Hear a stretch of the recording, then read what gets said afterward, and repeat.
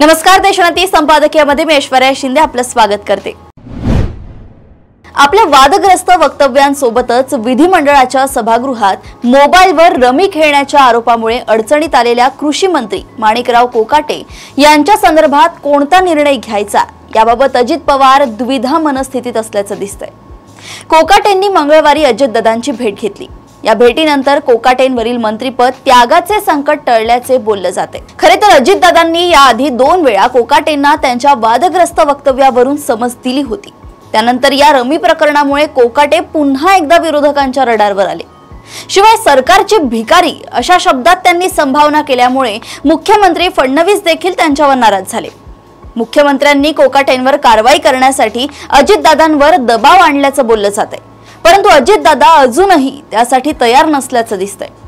याआधीच धनंजय मुंडेंना राजीनामा द्यावा लागल्यामुळे अजितदादा बॅकफूटवर गेले होते आणि आता त्यांच्या दुसऱ्या मंत्र्याला राजीनामा द्यावा लागत असेल तर त्यात काही प्रमाणात त्यांचीही नाचक्की होणारच आहे।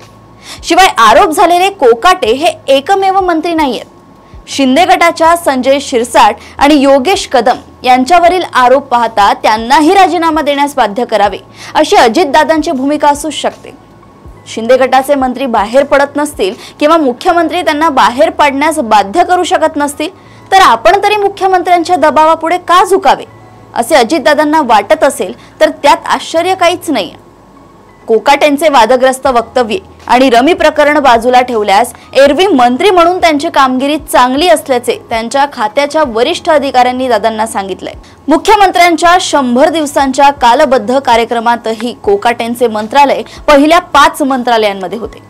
अशाच काही कारणांमुळे अजितदादा सध्या तरी कोकाटेंवर कारवाई करण्याच्या मनस्थितीत नसल्याचं बोललं जातंय, परंतु शेवटी अजितदादांच्या प्रतिष्ठेचा विषय असेल तर आपली रोखठोक प्रतिष्ठा कायम ठेवण्यासाठी ते कोकाटेंचा राजीनामा घेऊ शकतात।